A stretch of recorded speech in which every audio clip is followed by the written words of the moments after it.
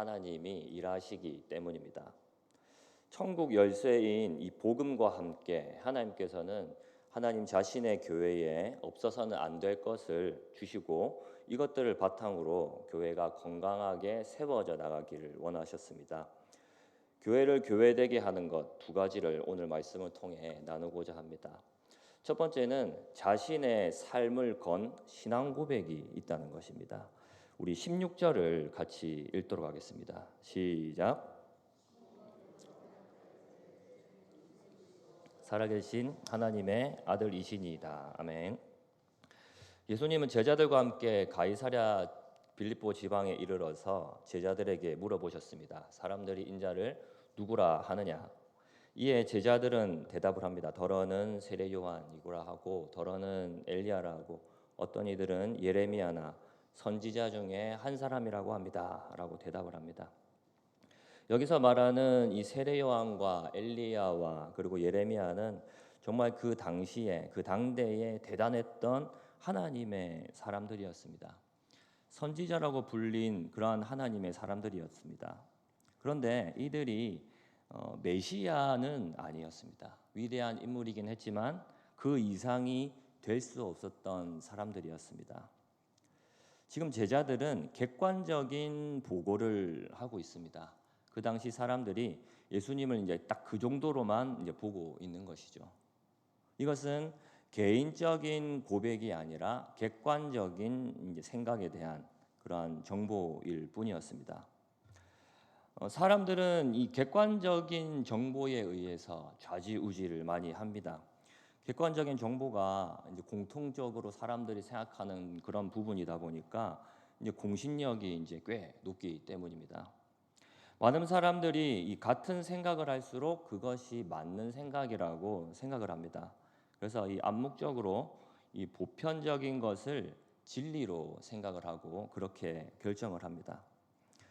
자신만의 이 생각이 없다면 그렇게 이제 대상을 보편화하는 것입니다. 그런데 이 예수님이 원하시는 것은 그러한 것이 이제 아니었습니다. 예수님은 이 개인의 고백을 듣고 싶으셨습니다. 객관화된 정보 말고 너는 어떻게 생각하느냐? 너는 나를 누구라고 생각하느냐? 이렇게 이제 질문을 하시는 것이죠.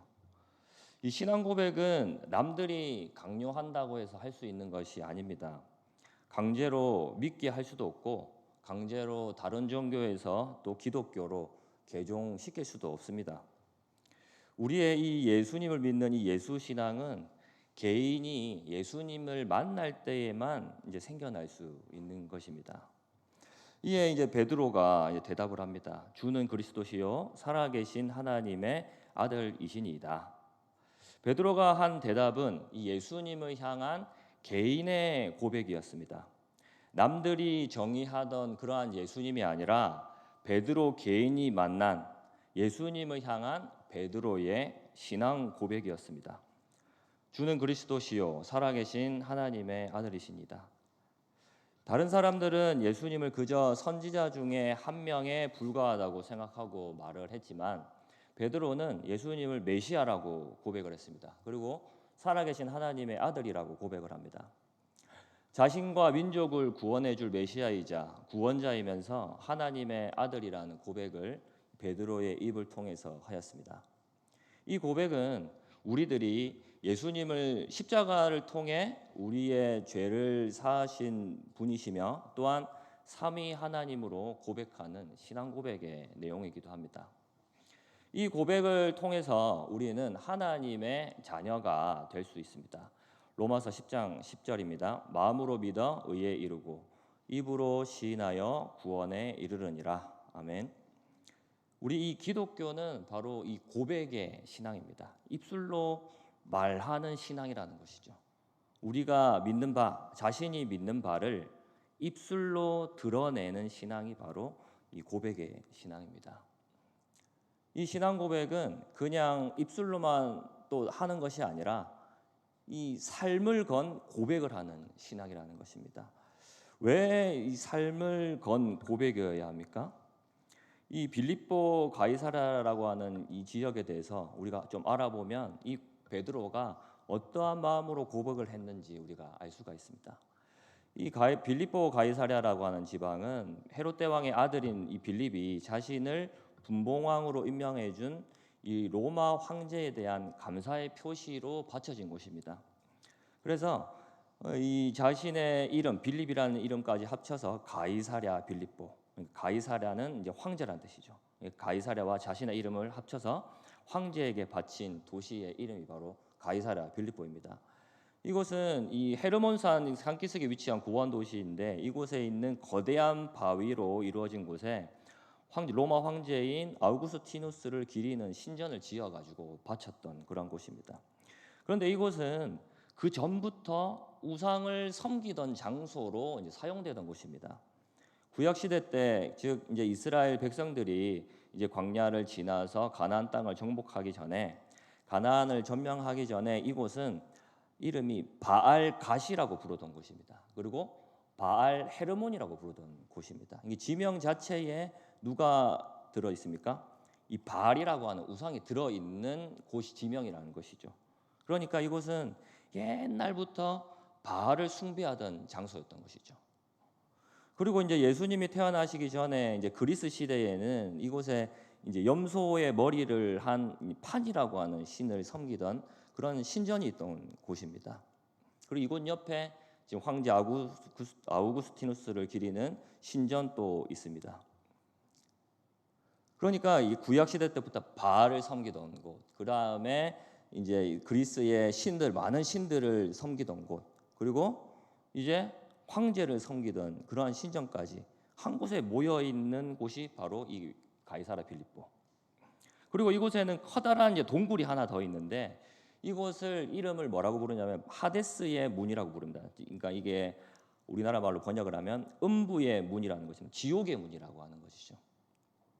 이 동굴은 엄청 크고 캄캄해가지고 앞에 보이질 않고 그 다음에 그 물이 이제 물이 이제 채워져 있는데 그 깊이를 알 수 없는 물로 채워져 있는 엄청난 깊이를 자랑하는 그러한 동굴이라고 하는 것이죠.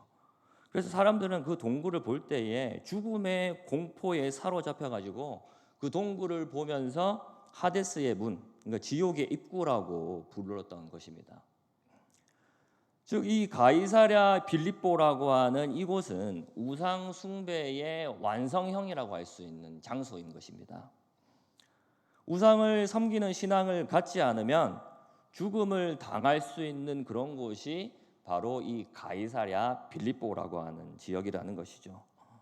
자, 이러한 이곳의 중심에서 지금 베드로는 예수님을 그리스도라고 고백을 하고 있다는 것이죠. 자, 이것이 무엇을 의미를 하고 있는 것입니까? 자신의 삶을 건 고백일 수밖에 없다라고 하는 것이죠. 우상을 섬기지 않으면 죽음을 당할 수 있는 그 죽음의 공포를 느낄 수밖에 없는 그러한 장소, 그러한 세상의 한 가운데서 이 베드로는 예수님을 그리스도라고 고백을 했다는 것입니다. 이것은 이러한 곳에서 나오는 이 베드로의 이 고백은 누가 그냥 강요해서 할 수 있는 그런 말이 아닙니다. 그리고 예수님을 기쁘시게 하기 위해서 할 수 있는 그냥 예수님 기분 좋게 해드리기 위해서 하는 그런 어떤 사탕 발린 그러한 고백이 될 수 없다는 것이죠. 이 베드로의 고백은 굉장히 무겁고 그 다음에 신중하고 결단에 찬 고백, 진짜로 예수님을 믿을 때에 나올 수밖에 없는 그런 고백이라는 겁니다. 사랑하는 성도 여러분, 우리 이 세례 받으신 분들이 많으신데 이 세례 받으신 분들은 모두 이 공적으로 이제 고백을 한 분들입니다. 교회의 이 공동체 앞에서 자신의 믿음을 공개적으로 고백을 하면서 인증하신 분들이 바로 이 세례를 받으신 분들이죠. 이 고백은 세상의 어떤 위협과 풍파 속에서도 끝까지 믿음을 지키며 살아가겠다고 하는 이 결단이 포함되어 있는 것이 바로 이 고백이라는 것입니다.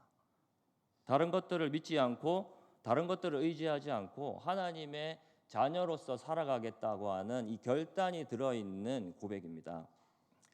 사랑하는 성도 여러분, 그런 마음으로 우리가 고백을 했습니까? 지금도 그런 마음을 가지고 이 고백적인 이 삶을 살아가고 계십니까? 그러니까 이 고백은 무엇이냐? 곧 삶이라고 하는 것입니다. 인도네시아에 이제 갔을 때에 이제 교회당을 건축하러 이제 이동을 계속했는데 차를 타고 깊숙이 막 들어갔습니다. 그래서 데이터가 터지지 않는 그러한 이제 굉장히 깊은 그 곳으로 이제 들어갔습니다. 근데 이제 길을 따라 이제 늘어서 있는 이 집들을 이제 지나치면서 보는데 집마다 이 힌두 신을 모시는 사당들이 다 있는 겁니다. 이 집집마다 이제 마당이 있는데 이 마당에 조그만 미니어처의 집같이 사당을 다 지어놨어요. 그래가 거기에 이제 뭐 집에 기와도 있고 그 다음에 문도 탁 만들어 놔가지고 어떻게 보면 굉장히 뭐 이쁘게 잘 이제 지어놨더라고요. 그 이게 뭐냐고 물어보니까 이제 힌두교 신자들이 힌두 신을 이제 모시는 그러한 이제 사당이라고 합니다. 그래서 여유 있는 그런 집은 휘황찬란하게 만들어 놨고 엄청 크게 막 만들어 놓고 여유가 없는 집은 그냥 뭐 색칠도 하지 못하고 이제 벽돌을 쌓아 가지고 그렇게 모양만 이제 만들어 놓은 그런 집들도 있었습니다. 이제 힌두교를 믿는 집들이 이제 많은 그런 지역으로 이제 저희가 들어가게 된 것이죠. 그러한 이 동네의 이 분위기 속에서 힌두교 신자들이 많은 그러한 이 동네의 이 분위기 속에서 전혀 예수님을 믿지 않을 것 같았던 그런 이 동네였음에도 불구하고 그 안에 복음이 전파가 되어서 교회가 이제 세워져 있었습니다. 이들 또한 어떠한 사람입니까? 예수님을 주로 고백한 사람들인 것이죠. 이들의 삶도 어떠한 사람입니까? 어떠한 삶입니까? 다수가 우상을 섬기는 그러한 이 사회 속에서 자신의 삶을 건 고백을 했던 사람들이 모여 있더라는 것입니다. 우리의 이 신앙이 그러한 우리의 삶을 건 신앙이 되어야 할 줄로 믿습니다. 그렇게 된다면은 우리는 하나님을 끝까지 이제 붙들 수 있는 것이죠. 우리는 끝까지 하나님을 붙들면서 이제 살아가야 합니다. 다른 거 다 잃어버린다고 하더라도 우리 하나님만은 놓치면 안 된다는 것입니다. 왜냐하면 우리가 맨 처음에 믿기로 결단하고 고백할 때 그렇게 고백했기 때문입니다. 사랑하는 성도 여러분, 삶이 힘들고 지치십니까? 어려운 일을 당해서 모든 것을 내려놓고 싶으십니까? 다른 것들은 다 내려놓더라도 우리 하나님만은 놓지 마시기를 바랍니다. 우리의 신앙은 이 좋을 때 믿었다가 힘들 때 포기하는 그런 것이 아닙니다. 반대로 우리가 힘들 때 믿었다가 편하고 좋을 때 믿지 않아도 되는 그러한 이 신앙이 아니라는 것이죠. 하나님의 아들 예수 그리스도를 주로 고백하는 이 신앙은 끝까지 하나님이 우리의 삶을 이끌어 주실 것을 믿고 모든 것을 맡기는 신앙이라는 것입니다. 살아계신 하나님의 아들이신 예수 그리스도께서는 전능하신 분이시며 우리의 연약함을 친히 자신의 몸으로 담당하신 분이십니다. 죽음을 이기신 우리 주님은 우리의 모든 멍에와 고통을 짊어지시고 승리한 분이십니다. 살아계신 하나님을 붙잡으시기를 주님의 이름으로 축복합니다. 살아계신 하나님을 살아계신 분으로 여기고 사시기를 바랍니다. 힘들 때 하나님 역사하지 않는 것 같을 때 하나님이 죽은 것처럼 우리가 여기지 말고 항상 살아계신 하나님으로 우리가 그런 하나님으로 여기면서 그런 하나님 믿고 살아가야 한다는 것입니다. 하나님이 우리에게 먼저 찾아와 주시고 예수님의 십자가를 통해 하나님의 사랑을 경험하게 되었습니다. 17절의 이 말씀처럼 이 고백은 우리가 했던 이 고백은 우리의 의지로 한 것이 아니라 성령 하나님께서 우리의 입술을 통해서 그런 고백을 하게 만드셨습니다. 우리의 지정의를 사용하셔서 결단하게 만드셨다는 것이죠. 자, 그러면 우리로 하여금 하나님께서 고백하게 하셨는데 하나님께서 우리를 책임져 주시지 않으시겠습니까? 당연히 책임져 주신다는 것입니다. 우리의 삶을 걸고 고백한 대로 믿음을 지켜나가시기를 주님의 이름으로 축복합니다. 두 번째로 이 교회를 교회되게 하는 이 두 번째의 요소는 흔들리지 않는 고백 위에 교회의 하나됨이라고 하는 것입니다. 우리 18절을 같이 읽겠습니다. 시작.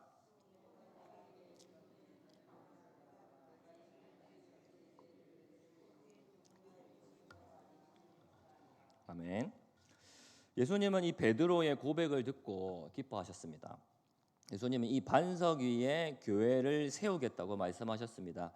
이 베드로 위에 교회를 세우겠다고 하는 이 말은 이 교회의 기초인 이 고백, 베드로가 했던 이 고백 위에 교회를 세우겠다고 말씀을 하시는 것입니다. 교회는 이 장소가 아니라 공동체입니다. 즉 예수님을 주로 고백한 사람들이 모인 공동체가 바로 교회입니다. 이 교회가 세워지기 위해서는 예수님을 향한 신앙 고백이 기초가 되어야 합니다. 복음이 가장 먼저 심겨져야 하고 그 위에 복음을 듣고 예수님을 주로 고백하는 신앙이 이제 세워져야 하는 것이죠. 이것이 바로 이 교회의 반석입니다. 흔들리지 않는 반석인 것이죠. 그래서 우리의 이 신앙 고백이 확실하다면 그 어떤 음부의 권세도 교회를 무너뜨릴 수가 없습니다. 그 어떤 세상의 공격에도 교회는 무너지지 않는다는 것입니다. 이 신앙 고백이라고 하는 이 교회의 반석이 흔들리지 않고 튼튼하게 세워져 있다면 그 어떤 세상의 공격, 음부의 권세에도 무너지고 흔들리지 않는다는 것입니다. 자, 이 고백은 뭡니까? 개인의 고백이 아니라 이제 공동체의 고백입니다. 같은 믿음을 이 공유하는 이 공동체는 그래서 강력한 힘을 발휘할 수 있는 것이죠. 죽음조차 이제 교회를 무너뜨릴 수 없을 만큼 강력한 이 교회의 공동체가 되는 것이죠. 이 신앙 고백이라고 하는 이 고백을 통해서 말입니다. 예수님을 향한 이 믿음으로 이 똘똘 뭉쳐 있기 때문입니다. 같은 이 믿음을 가진 사람들이 우리 옆에, 내 옆에 있다는 것이 얼마나 소중하고 감사한지 깨달아야 합니다. 우리 옆 사람과 한번 인사합시다.